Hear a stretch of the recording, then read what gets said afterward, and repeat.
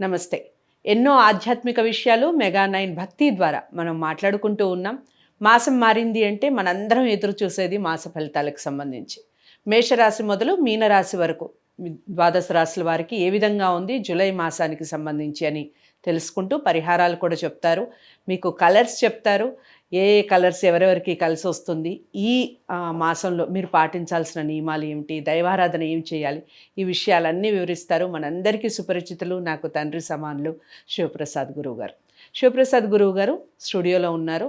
గురువుగారిని డైరెక్ట్గా మీరు కాంటాక్ట్ అవ్వచ్చు. స్క్రీన్ మీద కనపడే నెంబర్కి కాల్ చేయడం వల్ల మీకు ఆస్ట్రాలజీకి సంబంధించి ఎటువంటి డౌట్స్ ఉన్నా లేదా వాస్తుకు సంబంధించి మీరు ఏవైనా మార్పులు చేసుకోవాలి అనుకున్నా చక్కగా సంప్రదించవచ్చు. అపాయింట్మెంట్ లభిస్తుంది. నమస్కారం గురువుగారు. ఆశీర్వచనం తల్లి. గురువుగారు, ద్వాదశ రాశుల్లో మొదటి రాశి మేషరాశి. మేషరాశి వారికి ఏ విధంగా ఉంది జూలై మాసం చెప్పండి.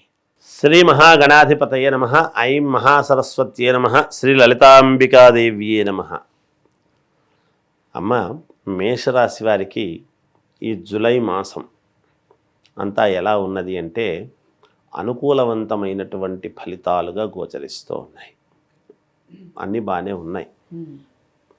ఏలినాటి శని ప్రభావం అనేటువంటిది ఉన్నప్పటికీ కూడా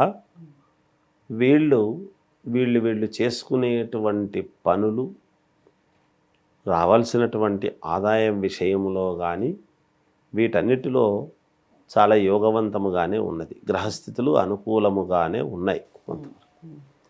కనుక యథావిధిగా రావాల్సినటువంటి డబ్బు చేతికి అందడము కానీ ఇవన్నీ కూడా జరుగుతాయి.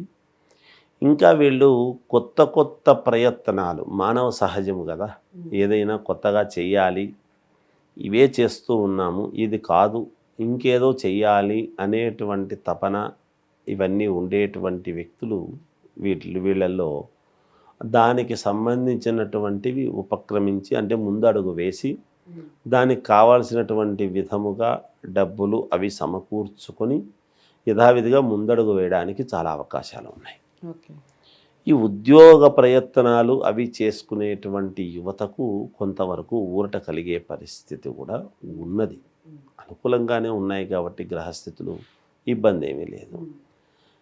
ఎక్కడో నెలాఖరులో కానీ మధ్యలో కానీ కించిత్ చిన్న ఏదో ఇబ్బంది అనేటువంటిది కలిగినను దాన్ని అవలీలగా దాటవేసుకొని అనుకూలవంతముగా వీళ్లకు మార్చుకొని వాళ్లకు వాళ్ళే కొంచెం ముందడుగు వేయడం కూడా ఉంటుంది కాక. సరే, చదువుకునేటువంటి విద్యార్థులకు వాళ్లకు యథావిధిగా బాగుంది, ఏమీ ఆందోళన చెందాల్సిన పరిస్థితి అయితే ఏమీ లేదు. ఉద్యోగస్తులు, వ్యాపారము చేసుకునేటువంటి వాళ్లకు యథావిధిగా రావాల్సినటువంటి డబ్బులు సహజముగానే వస్తాయి. ఈ ఉద్యోగాలు చేసుకునేటువంటి వాళ్ళు ఉంటారు కదా, వీళ్లకు కూడా కొంచెం అనుకూలవంతముగానే ఉన్నది.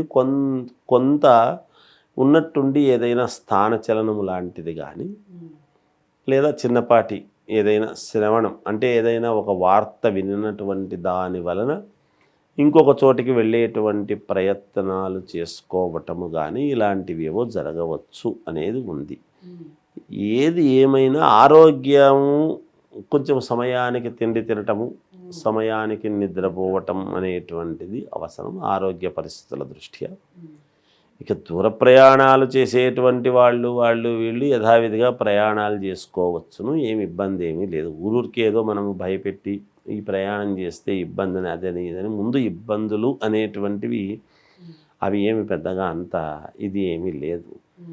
ఏది ఏమైనా మేషరాశి వాళ్లకు ఈ జూలై మాసం అంతా కూడా అనుకూలవంతమైనటువంటి ఫలితాలుగానే ఉన్నాయి. ఎక్కడ ఎలాంటి ఇబ్బందులు ఉన్నాయనేటువంటిది ఏమీ లేదు. కానీ చిన్న చిన్నవి ఉండినా ఒకవేళ ఎదుర్కొని ముందుకు వెళ్ళేటువంటి పరిస్థితులే ఉంటాయి గాక.